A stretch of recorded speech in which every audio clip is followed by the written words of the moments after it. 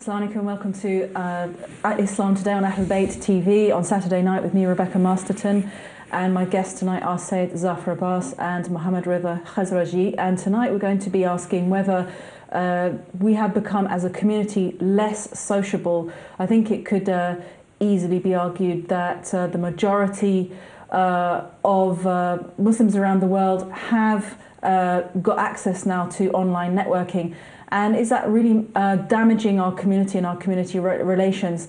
But before we go into our discussion, we're going to take a quick look at a clip that talks about how online social networking can cause depression in teens. How much time is your teen spending on sites like Facebook and Twitter? Polls show that most of them log on more than 10 times a day. And tonight, more evidence that all of that social networking is leading to sleeplessness, depression, or even worse. The suicides of 17-year-old Phoebe Prince and 11-year-old Carl Walker put a new spotlight on bullying and uncovered a dark side of social media where insults and taunting are inescapable. While those cases may be extreme, a new report warns parents and doctors that sites like Facebook can lead to depression in teens. Facebook seems to be an amplifier for those feelings. People don't like me, you know, I'm not pretty, or I'm not studly. How come I only have 100 friends when this person has 300 friends is going to amplify that sense of loneliness or isolation or depression and make it get a lot worse. The report offers guidelines to pediatricians, encouraging them to ask their young patients about their social media experience. It can really interfere with sleep, where kids are, sleeping with their phones underneath their pillow so they won't miss a text. I don't get to bed until pretty late because I'm on Facebook and stuff, or if I'm texting my friends. Every day, every second. I'm on right now. It can interfere with their ability to see themselves in a healthy way. Their sense of self can go downhill because they start comparing themselves to other kids online. And it just takes one nasty message or comment to do emotional harm. With cyberbullying and stuff these days, it's kind of hard to protect yourself from that, because a lot of people, they're really rude and stuff, and if they're not going to say it to your face, they're going to say it over the internet. The report urges pediatricians to encourage parents to talk with their kids about cyberbullying, sexting, and other online risks. Parents think of technology over here and health over here, and there's this big abyss, and they don't always see how one has to do with the other. The report does emphasize that socially vulnerable kids are more at risk for depression. So that was a clip just talking about how social networking can have an effect on the life of teenagers. And before we continue discussing the issue of teenagers, I'd want to first of all turn to Sayyid Zafar Abbas and ask you about your socializing in terms of community, your friends, social networking.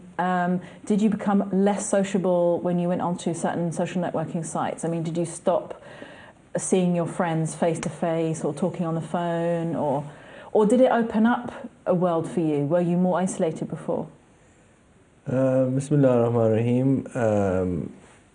I think this is a wonderful topic that long overdue to talk about. I would say that I've been on social networking or various social networking sites for almost a decade now.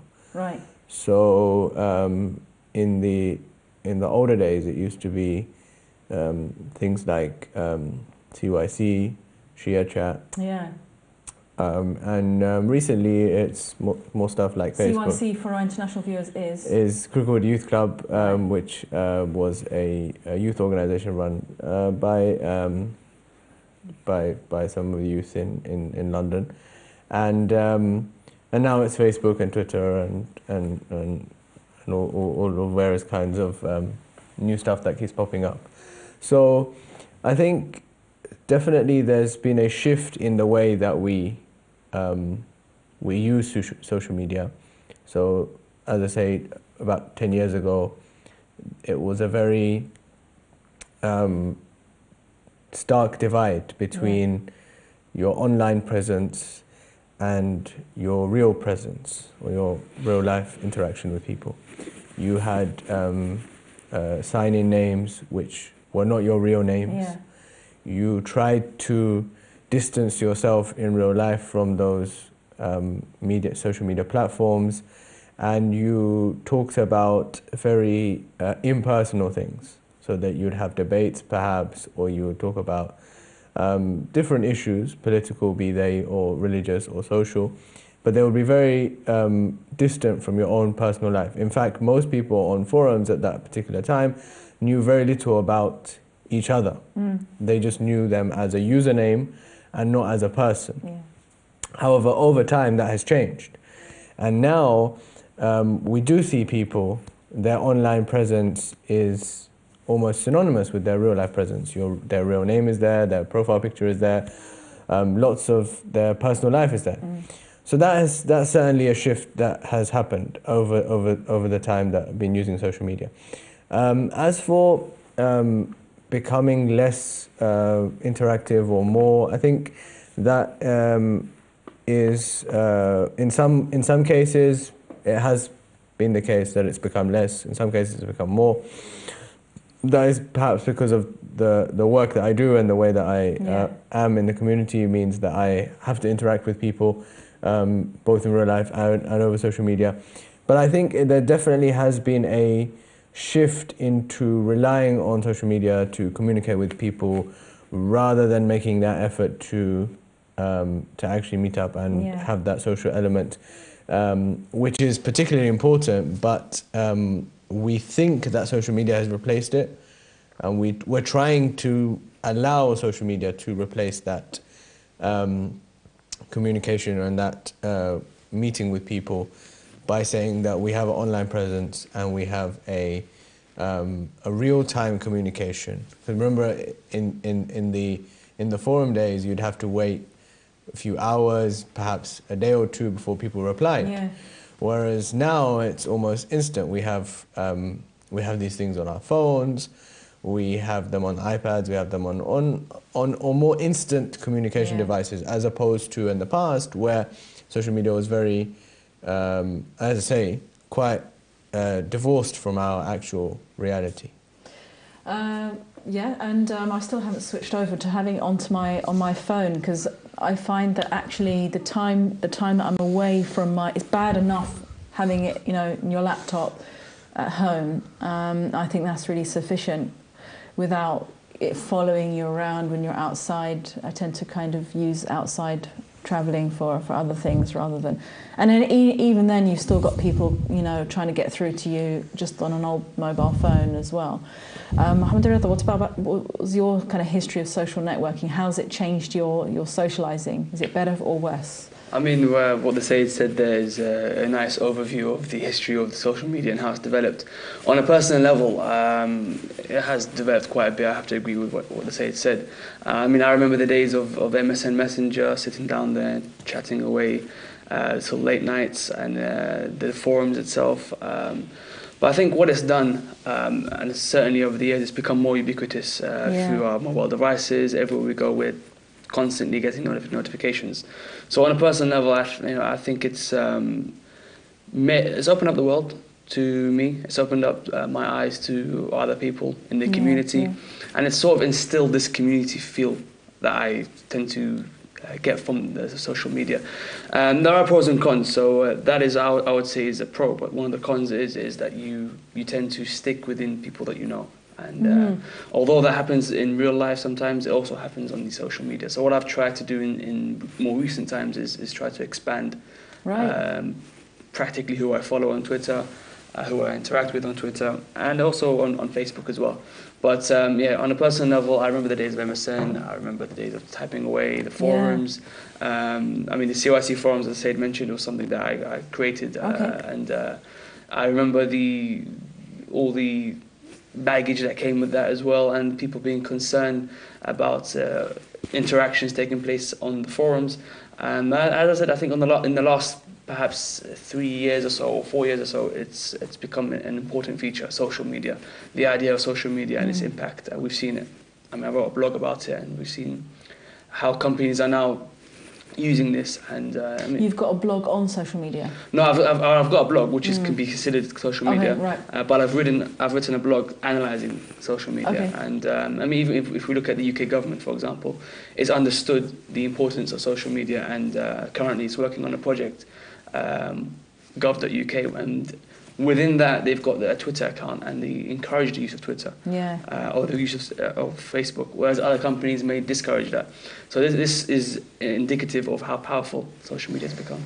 Yeah, I think that's interesting that you're saying you're saying that we stick together, and that actually we should expand our network, because most people would say the opposite, that we're mixing with too many people that we don't know, and it's better to kind of do, people do these regular purges of their accounts, like people that are hanging around that they don't really know, or people who don't communicate in a nice way, and then they have this kind of major delete thing, and you get these announcements like, anyone who hasn't interacted with me in the last month, I'm deleting you. So, but that's quite interesting that you're actually saying we should go out of our way to kind of connect up with people that actually they may be more beneficial for us. They may be more knowledgeable, or they might have something more valuable to say than people who choose to connect up with us, that we just kind of passively allow. I mean, the idea is that I've always, on a personal level, I've always told myself, always try and put yourself in areas of discomfort, and that's how you would expand. Yeah. And taking that principle from real life and shifting onto the social media element is something I've tried to do. And then, as I said, I mean, the social media, when you expand, you begin to see what's out there, views of what's out there. I think with Twitter recently, more recently, it's created this, as I said, it's almost instantaneous. Yeah. I say something, people interact. Yeah. People who are famous are on it, and you can see it's giving you like an insight into their private lives. Yeah. Footballers like Michael Owen, for example, who used to be a hero of mine when I was younger. Now I follow him on Twitter and I see exactly what he's saying. Putting his kids to sleep and walking the dogs. So, I mean, things like this, you're getting a personal view. Does it get rid of the mystique, though? It does. I mean, when I was younger, I used to, idolize this person, and he's a footballer, scored all these goals, and now you're seeing that he's just a normal person like you and me. Yeah. So he's just good at football. That's the only difference. Yeah. Yeah. Yeah. And looking at depression. I mean, I think I don't know. I mean, if you've experienced this, but I think that. I mean, the clip was saying that there's a lot of bullying that goes on online. We know that among teenagers, there's a lot of bullying that goes on, verbal abuse. I mean, we know there's also actually quite horrendous stuff that's going on online. And as that clip was saying, that 2 people took their lives. They committed suicide because they couldn't cope with it. And I have to say that I think probably all of us have gone through different. Sometimes when you get involved in a debate, it can be very stressful, and it can kind of carry on over 2-3 days. And I remember coming to a point where I thought, what am I doing? I'm getting up, stressed out over a comment on Facebook, that's and this is going on for 3 days. It's damaging my health. Almost literally, it's damaging my health. Is it worth it? And so that's an adult, that the stress levels are kind of, it's stressful because of the arguing, and it's stressful because you think, this is taking up a lot of my time, and also how useful is this? It seems to be pointless. I mean, Sayyid Zafar Abbas, would you say that do you think social networking can really kind of cause depression? Or is it just that, well, nowadays people just do exactly on social media what they would have done in the playground? I mean, in the playground there would have been the kid that always gets picked on, he gets beaten up after school, and he gets his money taken from him. So, and he's going to be the kid on Facebook that everybody's attacking as well. Yeah, I mean, I think it's multi-layered. It's quite complex in this sense, because you've got. I was reminded of that picture that went around the internet quite a while ago, when this person, their partner is telling them come to bed, and they're like, no, I can't come to bed. Somebody is wrong on the internet. I have to correct them.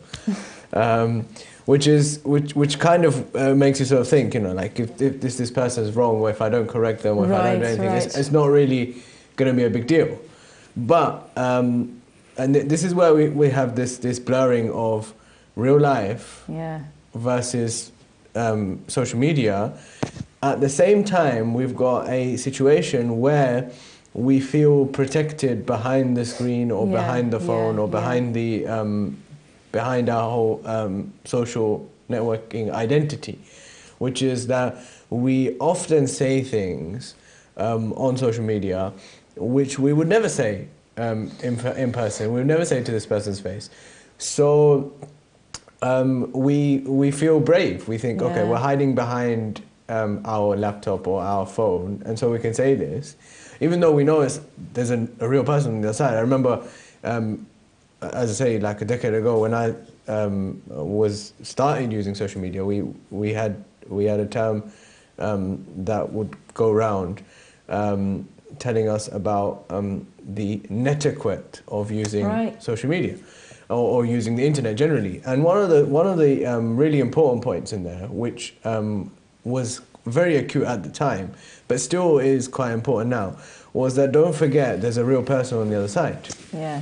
Don't think that just because you're behind the keyboard or you're behind the screen, you can say whatever you want, because there will be consequences of if you say something that's inappropriate, especially if it's something that you wouldn't say in person, because eventually it could lead to something, as you've mentioned and as you saw in the clips, that could become potentially very, very serious. Yeah.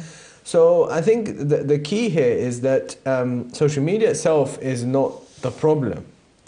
As as a tool, it's a very useful thing to have. Like, as Ridha points out, you know, there's a scope of finding out about new people, particularly with Twitter. Like, especially if you're following like celebrities, or you're following news corporations, or you're following so on and so forth. Journalists. There's a lot of scope of finding out about new things, about widening your horizons, and that's all great. And it's actually a pro of social media. You have all this at your fingertips without actually having to do a lot of effort.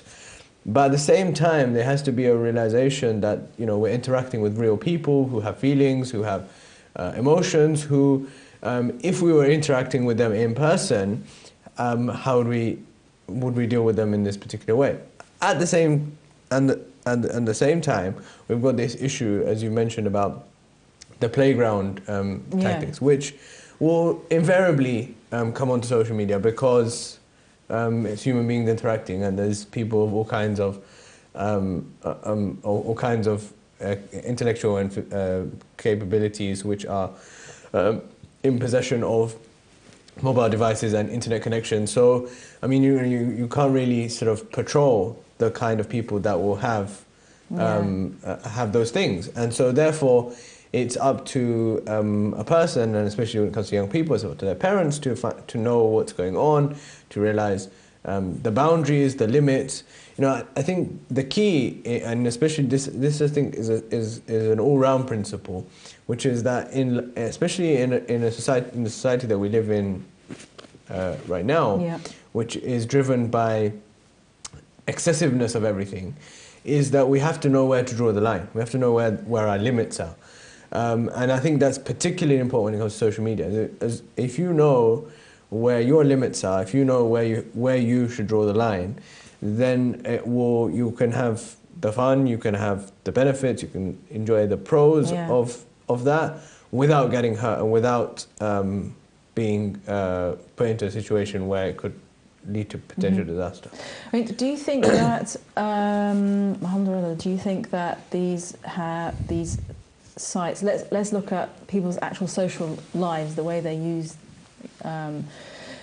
to interact online, and also we know that, of course, Islam teaches that visiting a believer has so much reward, so much thawab. There's even a hadith by Imam Jafar Sadiq alayhi salam that says, if you can't do ziyarah to us, then do a ziyarah to a mu'min. Now, we don't get that feeling of ziyarah exactly when we're on these sites. I mean, it seems that struck me when I was reflecting on that. Number one, the kind of the sacredness of going to visit somebody has been taken out. Are we actually seeing people less, face to face or talking on the phone? Or again, are these things good for organising social events so that people actually may be socialising more than they used to because now they know more what's going on and so they're going along to more events? I mean, I can completely relate to that because I've had friends of mine who perhaps have had new sons being born, and what tends to happen is they're congratulated over the social media. Right. However, in real life, perhaps no one comes and visits them. And it's quite important, as you said, that from the Ahlul Bayt to actually go and visit and make them feel honoured by your presence and by going to give them gifts, for example. I do think that the social media has impacted on our ability to interact in real life. And there's this phrase that a colleague of mine mentioned at work. He was saying that we've become digital zombies. And what he meant by that is that if you're in the street, you often find yourselves on your mobile phone and just looking down and looking down, not realizing the traffic behind you or cars coming past, and you're just focused on your phone. And I can relate to that. That's happened to me.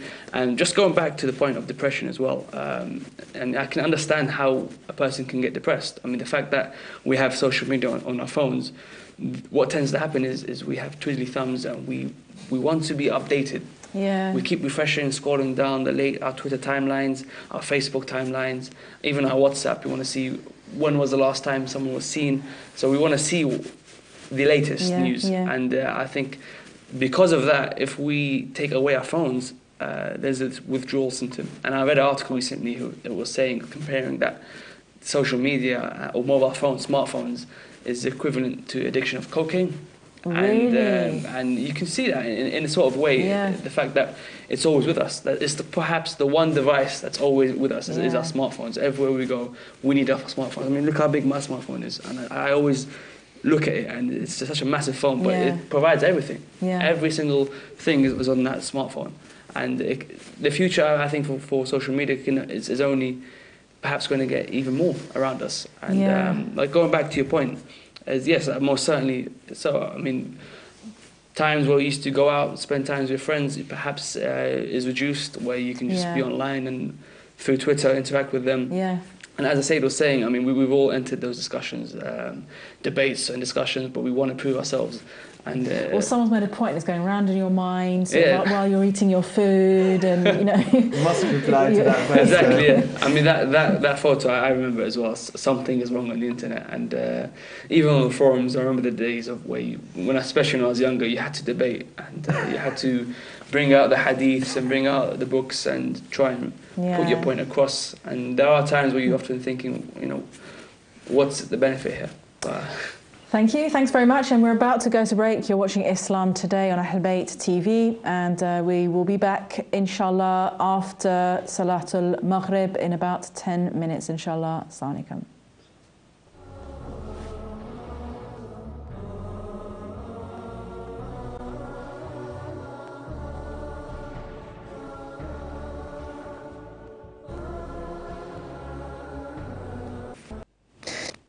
Assalamu alaikum. Sorry about that. We are going to Salah after another 10 minutes. So we're going to continue with our discussion on Ahlul Bayt TV, Islam Today.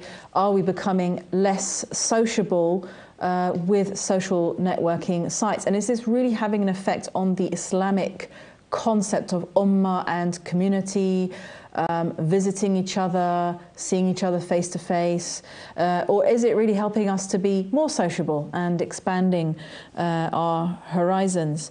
And Mohammed Rida was saying just now about, for example, someone who's just had a child, nobody actually goes to visit them.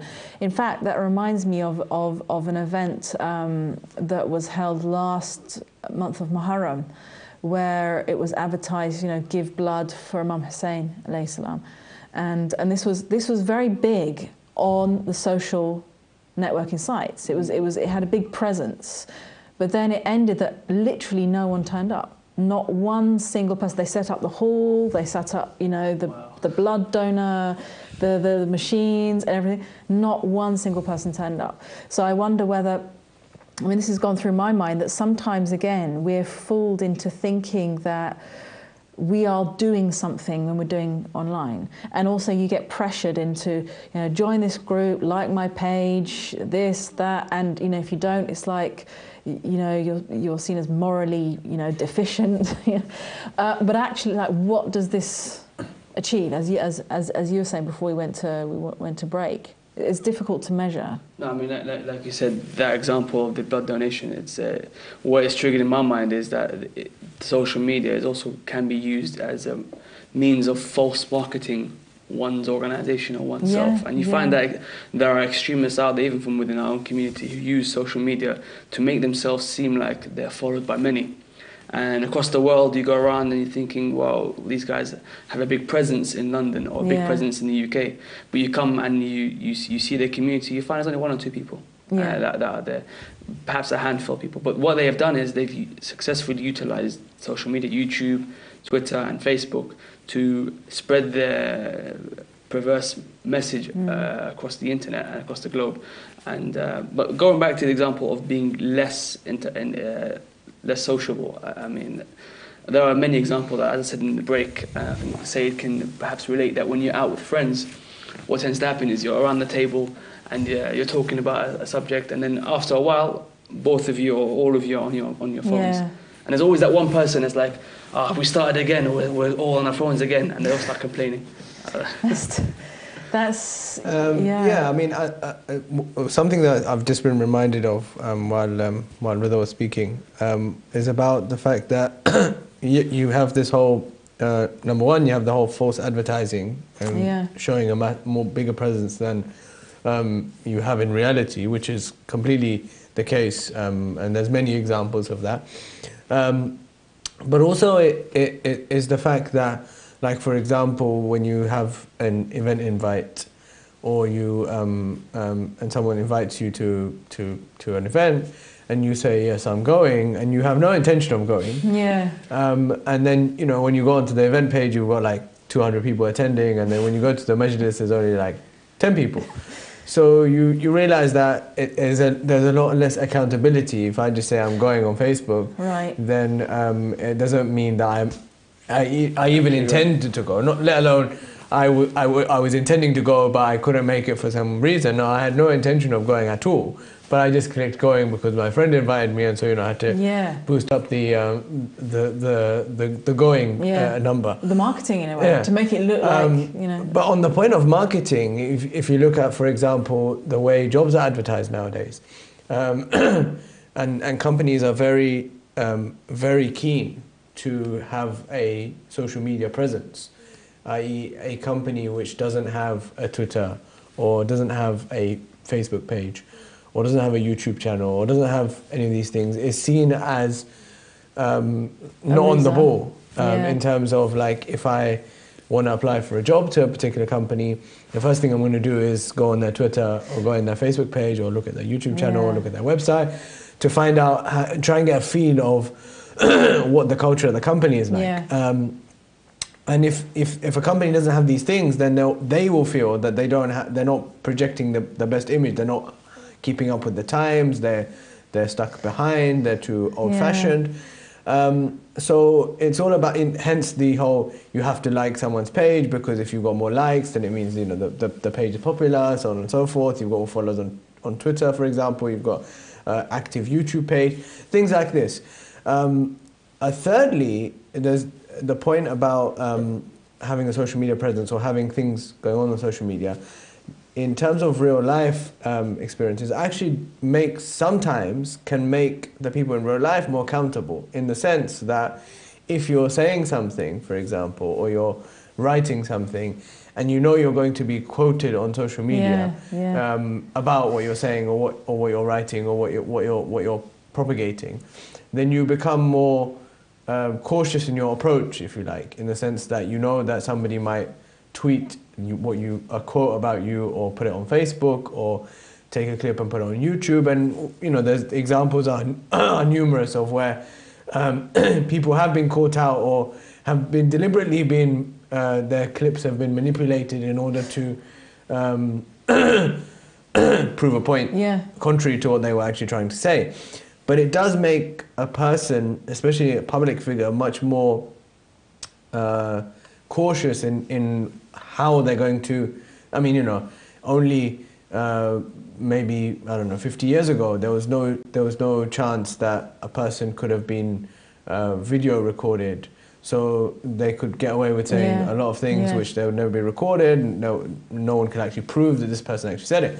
Whereas nowadays, you know, you've got YouTube, Facebook, Twitter, everything. You know, within minutes, it's all over the internet.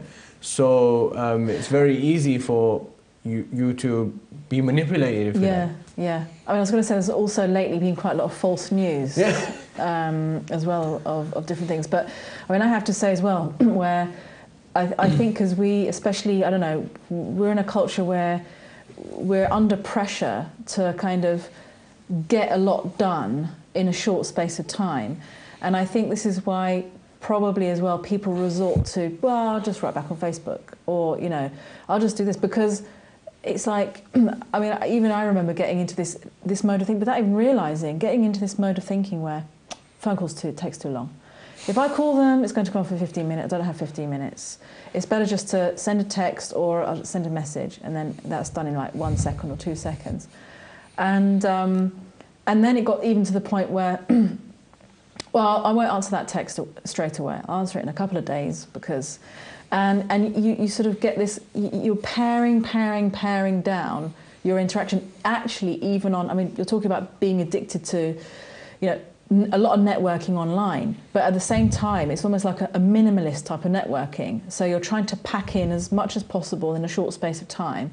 So there isn't a lot of, and I remember, you know, texting a friend. She texted me back, and I texted her back. She texted me back, and then something prompted one of us to call, and we actually had a conversation on the phone. And it opened up a whole new kind of, you know, we learned like what you know, I learned what her news was, she learned what my news was. We cleared up a couple of issues that we never would have cleared up, that, you know, things that were on, you know, problems she had or issues that I had. And we were actually saying to each other, oh, you know, if we hadn't had this conversation, you know, we wouldn't have, you know, sort of learned about each other. And I think it's quite terrible. It's got to that point where I am literally rediscovering the value of talking to someone. For example, I had some people over, I don't know if they're watching tonight, but I had them over on Monday, and that was like face-to-face interaction, eating together, you know, and that's becoming a rarity, because it's so easy just to, especially as you've got, again, people waiting online for you. This is another problem about how you get hooked in, because if you want to go and live your life for a few days, it's going to be, well, where are you? Why haven't you answered my message? What are you doing? So how do we get out of this? I think you touched on a point that perhaps you can talk more about after the break. But I mean, there are negative effects of what you've just said. It has an impact on various aspects within our lives, and two aspects that I think it can have effect is, number one, when you go out and try to apply for jobs and you're going into your working life, the effect that can possibly be is that you become less confident in picking up a phone, calling someone, going for interviews. How are you going to prepare yourself for an interview, for a job interview? And number two, a different area is relationships. And what tends to happen is that when you're interacting with your spouse, or you want to get married or something, you tend to take the value of the person by how they're represented on social media.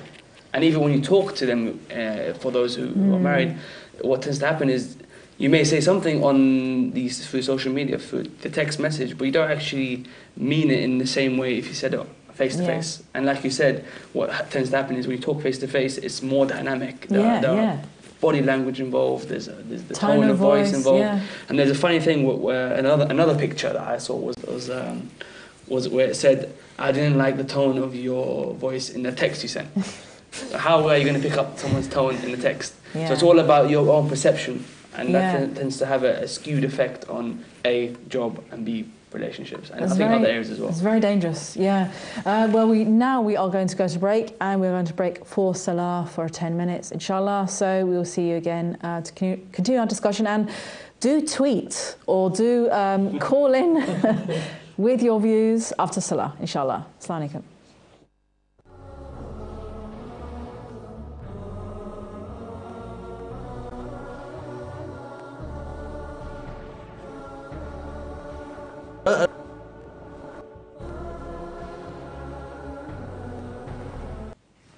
Assalamu alaikum, welcome back to Islam Today on Ahl Bayt TV on Saturday evening, where we're talking about, are we less sociable than we were before we started all these social networking sites? And again, we've just got another clip talking again particularly about the impact of social networking on the life of teenagers.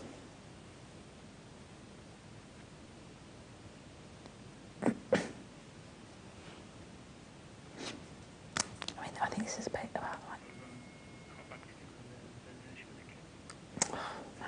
like... Okay.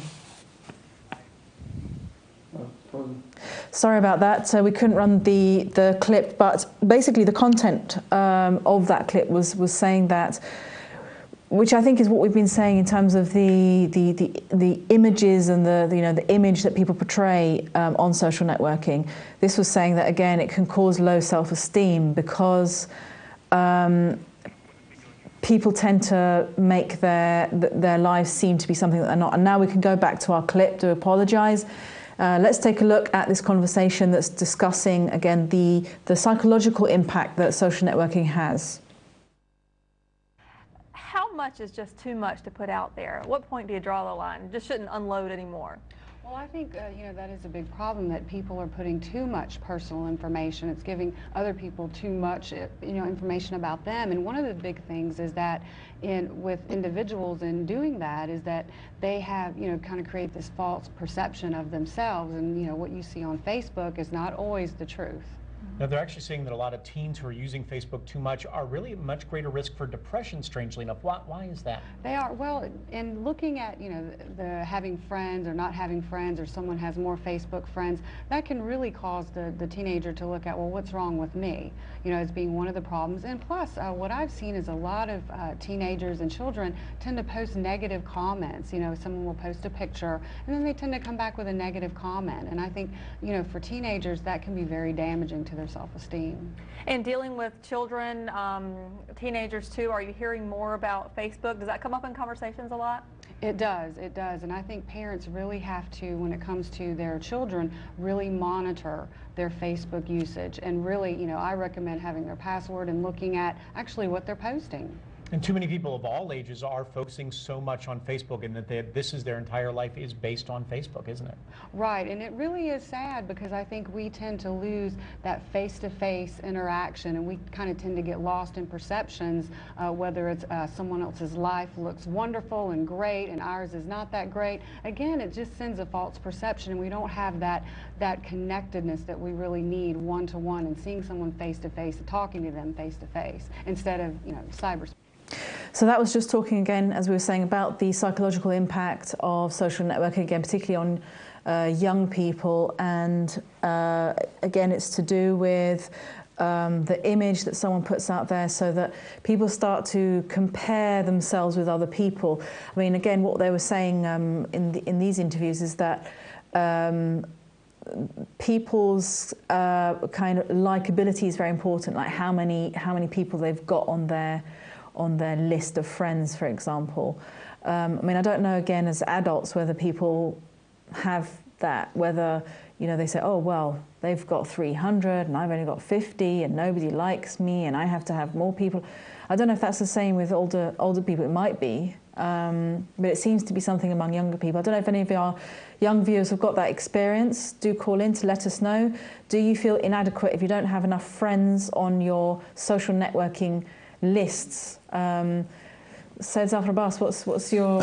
I think it's certainly the case that if you have, for example, friends who have a lot of friends on their list, they're somewhat seen as superior or more popular amongst a group of friends, and so there's a unwritten or unsaid kind of pressure to try and get more friends and to try and act in a particular way or say particular things or post particular items of interest, which will get people more followers or more friends or more popularity in the social media ranking, if you like. So there's certainly a pressure from friends or from peers to appear to be popular. Yeah. And it's directly linked with the fact that, you know, if you've got more followers, if you've got more friends, you have this invincibility where you can say more other things that perhaps somebody with less followers or less friends couldn't say. It's all to do with confidence. Yeah. So it's all linked to the to, if you like, what social media is all about, which is to make us feel better about ourselves. In reality, we resort to these things and try and get more followers or try and have more friends or post certain things to feel good about ourselves. And we realize that if we did this in real life, we would actually be laughed at and not really be popular at all. That's true. It's a good point. So we resort to doing it on social media because we know it's acceptable. Yeah. We know that that is the way to try and become popular, to become accepted, is to act in these particular ways, to say these things, to be funny, so on and so forth. Or in some cases be inappropriate because it will get us more friends, or it will get us more popularity, we'll get more tweets, or we'll get more retweeted more times, or you know, it will you know, what is something particularly distinct about Twitter as compared to Facebook or other social network sites, in fact, is that anybody can retweet you, or anybody can favorite your tweet, for example. So this person doesn't even have to be your friend, or you don't even have to know them, and they could have retweeted you and you feel good. Oh wow, this person who doesn't know me is retweeting me, so I'm, you know, I have this kind of invincibility. I said something great. We've got a caller on the line, so we're going to see what our viewers have to say about this issue. Assalamu alaikum. Wa alaikum salam wa rahmatullah. Wa alaikum salam wa rahmatullahi wa barakatuh. Welcome. Thank you very much. I was just enjoying your discussion quite a lot, actually. And I just wanted to make a brief point with regards to this whole popularity vote that you guys were talking about with retweets and likes, etc. Yeah. I know a few people do have a bit of a, you know, competition who can get the most likes, the most retweets, and so on. But I think to go to the extent and say that, you know, if they don't get a certain amount, they'll be depressed for days and it could lead to detrimental things, I think it's a bit of an exaggeration. Especially from my friends, you know, and people that I know. You know, you have a bit of a laugh about it, but I've never really known anyone to get severely depressed about it. Yeah. That's a good point, yes, because when I was also watching those clips, I thought, wow, that's kind of extreme, that someone might commit suicide over it. And perhaps they have problems already, and then... I should say, Sadiq, this is the same person who like messages people to like their post and like retweet them. This is the fun part of it, nonetheless. I think what it is, though, is that, you know, if you have people who, you know, in real life, they see other people get comments about, you know, the way they look, the kind of stuff they do, and if they don't get them, they feel down as it is. And I think that just transfers onto social media. So I wouldn't say social media really encourages this, rather it's just another platform as to where it happens, if you like. Do you think that it has made Muslims less sociable in terms of taking the trouble to visit each other or speak to each other on the phone? I think for some it may. However, for others like myself, I find it as something whereby in the time where I can't go and see someone, so for example, when I'm at university, I'm in Birmingham, so all my friends back in London, I have to kind of bridge a gap with communication. So it's one method I do it. I mean, Sayed he gets more than happy whenever from me. And without, you know, social media, I wouldn't be able to do that. So I guess it kind of bridges that gap. And I'd say in a way it almost encourages it as well, because it encourages people coming together if you want to make if you want to go and see your friends and whatnot. Yeah. Thank you very much for calling in, and thanks so much. And if anyone else has something to say about that, I mean, I think definitely. I mean, I remember the days when you know, I wasn't on the social networking sites, and definitely, and even I remember the days before, you know, I mean, when kind of this type of internet was just starting up, and So, you know, to actually socialise, you literally had to go out of your house and kind of, sounds kind of really extreme now. I had to go out of your house and kind of, you know, find, I don't know, I used to go to like book readings or something like that. So it would be kind of social events that are going on at a specific location. But it doesn't really necessarily mean, when I look back, that the socialising was particularly of a better quality. I mean, we talk about people going to the Husseiniya or the masjid, and they get frustrated because everyone's talking, no one's listening to the khutbah. So, and you bump into people that, you know, are gossiping and backstabbing you. So, I mean, I wonder whether we are idealising this idea of socialising in the Muslim community. I don't think that prior to social media we didn't have any issues at all. Social media came and was this big monster which made everything terrible. And as Sadiq pointed out, there's obviously lots of positives. Yeah. And I think that there are a lot of positives, including the fact that perhaps people are socialising more, because they can interact with one another over the social networking sites in order to organize events. So I don't think it's all terrible and it's all doom and gloom, and before that everything was great. So I think that is important to keep that perspective. But at the same time, I think there is a danger of taking it too far, where you've got people in the same house communicating with each other over Twitter, which just sort of seems really crazy. It's like, you know, put the phone down and talk to them rather than like tweeting them or like sending them a message over, like and you know, people actually just having conversations with one another over the social networking sites, rather than actually being like have a face-to-face conversation or have a phone call, have a private message, for example. But so I think that is the concerning part, which is where people are, on the one hand, using this to replace their social life, and on the other hand, they're so willingly sharing, or they feel the need to share such intimate, private parts of their life, which really shouldn't be, like, you wouldn't go out and advertise it on the road, and you wouldn't go and tell your next door neighbor even about what you had for breakfast, or like, you know, what time you woke up or whatever. But you're willing to tweet it to 100 followers, most of whom you don't even know. Yeah. So, you know, that it's got to a point where you're expected to do that. So I think that's where the danger is, where you're actually giving away so much about your life that it's very easy for somebody to who has no idea who you are to find out so much about your life and put the dots together and actually cause you some serious harm if they wanted to. Steal your identity.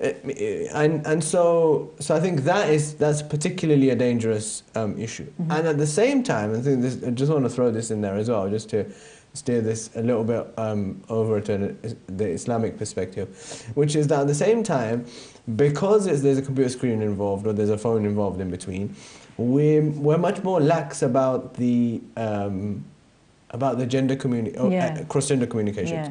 So we think it's okay, or it's or we can stretch the boundaries of cross-gender communication because we're not actually physically speaking to this person. Yeah. We're only tweeting them or messaging them over Facebook or sending them a message, and so it's not really talking to them. So we're not really, and so that shows the paradox, if you like, of social media, where on the one hand I'm willing to share intimate details about my life to other people, complete strangers.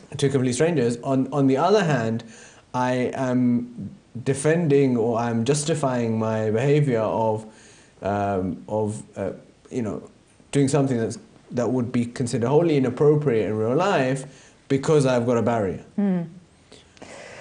Yeah, so I mean, I think definitely I remember sort of, you know, first going on Facebook and sort of really thinking the same thing. I think there's a danger of it giving rise to narcissism.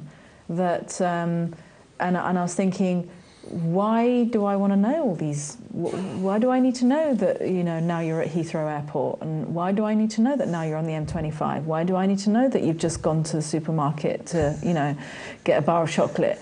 And why does someone feel the need to be constantly, you know, have a running commentary on their life? That's something that I find quite strange, where you find some people who've got this running commentary on what they're doing now. For everybody's benefit, and sometimes they don't even get any reactions. It's like, well, you've got no one who's actually commenting on your posts, so why are you doing this? But I mean, Mohammed Reza, how do you think that we can instill again some of this, like we were talking about, there's a loss of the sacred, the sense of the sacred in terms of visiting each other, and there is often quite a lot of flippancy and kind of casual interaction on the net. How can we perhaps bring back that sense of the sacred in terms of the community, Muslim community? I mean, number one, how can we bring it back is, I think what we're doing today is a good example of that. Is often what we need to do, and what I try to do, is just sit back and just zone out and try to analyze and see what's happening with regards to, as we're saying here, social media. And the Sayyid touched upon a very valid point about the Islamic issue of intergender interactions. And I think that also relates to some of the problems we're facing in the community with regards to marriage, for example. I keep mentioning marriage because it is a massive problem that we're facing. And social media, I believe, has a big contribution towards that. In what way? In the way that we're very impersonal. So I'll give you a practical example of a majlis that took place. And as you know, often organisers like to put a barrier in majalis to separate the two genders. In this particular majlis, there was a barrier installed, and in my personal opinion, there was no need for the barrier, because on social media, you saw people posting pictures of each other and interacting in what I would say quite in inappropriate manner. And what tends to often happen, and I've mentioned this in a documentary that was aired on Ahlul Bayt TV, is the idea of idle chit-chat between the two genders. And that tends to happen often quite a lot on these social medias, where people, as Said said, want to seem like they're quite popular and want to try and get more followers. So you'll use these social media sites to try and show that. But with regards to the idea of the effect of marriage, is that it's now become a tool, social media, a tool whereby in the olden days, my parents used to say that the way, for example, a female would be recommended a guy, and vice versa, specifically a female, is a woman would go around and do the makeup, for example, for events, or do style a woman's hair, and she would enter people's houses. And what she would have pictures of men within that community. She would talk to the person and say, by the way, are you interested in so-and-so? Here's his picture. His family are good. So back then, the ideals of picking a spouse was more relayed upon the perception and the reputation of one's family.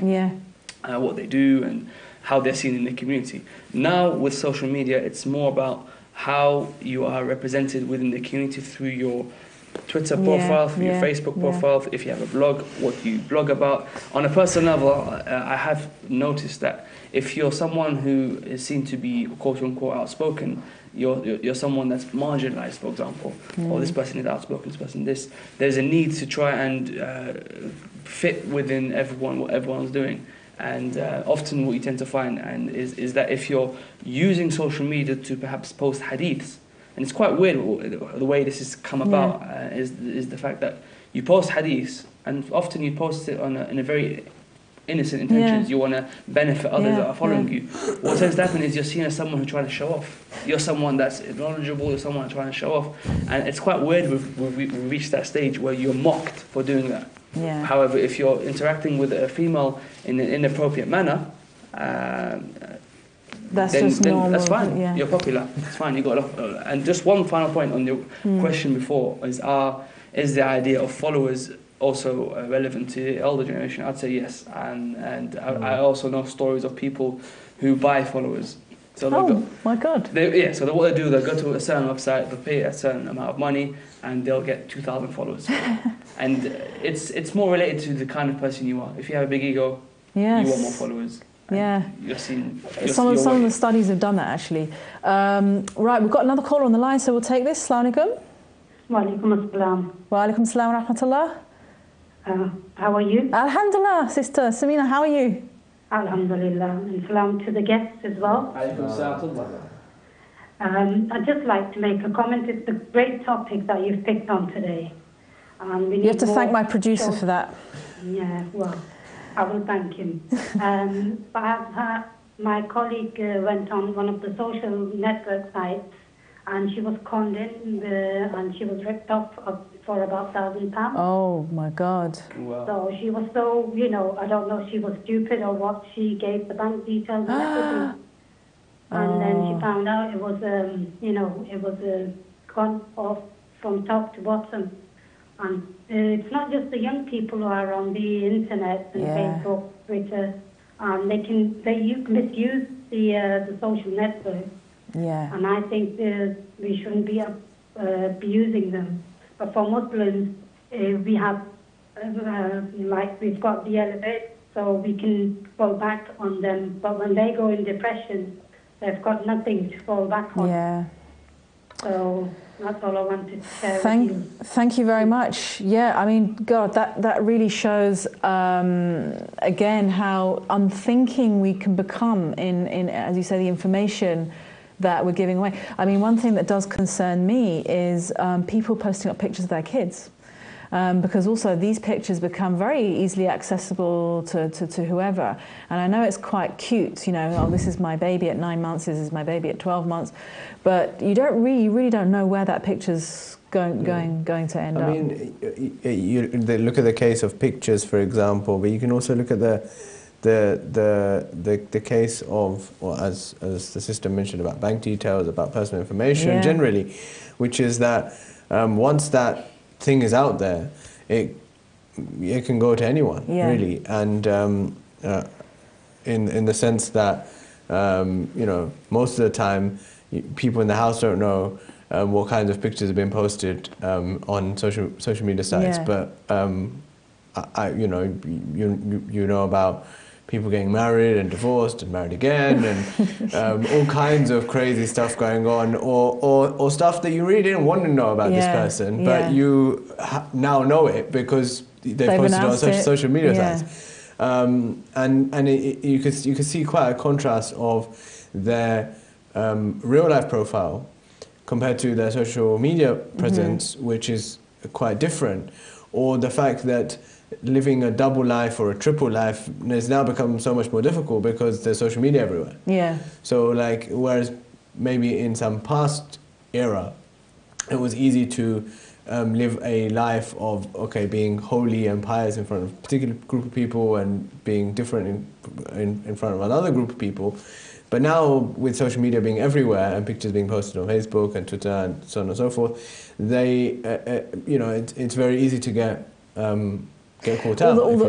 But also, as you say, all the lines are getting blurred, as you say, between private marital lives. I mean, that's interesting what you said. We've just got 3 minutes, but it's interesting what you were saying about how people no longer know how to communicate, where they've got so used to impersonal interaction that they don't actually know how to have a conversation anymore. They don't know how to relate to a person in person, and this is actually damaging kind of social relations. I think the onus here is on the organisers and as well as community leaders to understand that when we organise events, we need to reassess and reevaluate the way we see segregation within the community. Yeah. Because it's okay for us to come and say, this is a majlis, let's segregate this venue. But then on social media, we ignore the fact that there is no segregation. Yeah. And ultimately, what will happen is that this difference between the two, it will have an impact when it comes to stuff like marriage, when it comes to wanting to understand one another. Now, we've seen in the community that our marriage course is taking place.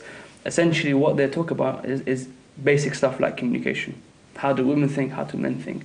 And the fact is, what I'm saying, I'm not saying that we should interact in events. I'm not saying we should interact. Yes, we should interact. But as I said, know where our lines are, and there needs to be some education on where our lines are, and we need to look towards our community leaders and towards the organisers to provide that platform. There has been, I know we haven't got time, but just quickly, there was I've mentioned it before, there was a situation where a particular organisation did that and they were condemned.